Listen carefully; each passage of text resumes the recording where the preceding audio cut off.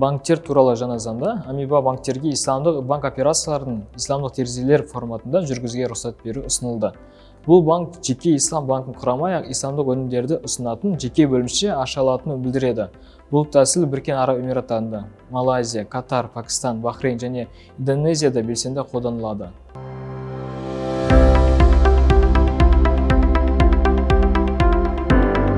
Бүгінгі күні Қазақстанда 2 ислам банкі жұмыс істейді, ал олардың банк жүйесіндегі үлесі 0,5%-дан аз. Бұл халық пен бизнестің исламдық өнімдерге қолжетімділігін шектейді. Исламдық терезелер моделі осындай қызметтер ұсынысын ұлғайтады. Бәсекелестікті арттыруға және елдегі исламдық қаржыландыруды дамытуды ынталандыруға мүмкіндік береді.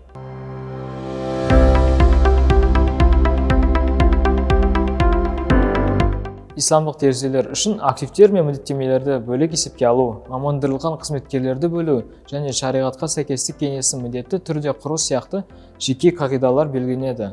Кеңес исламдық өнімдерді мақұлдайды және олардың аудитін жүргізеді. Бұл исламдық қаржыландыру қағидаттарының ашықтығы мен қатаң сақталуын қамтамасыз етеді.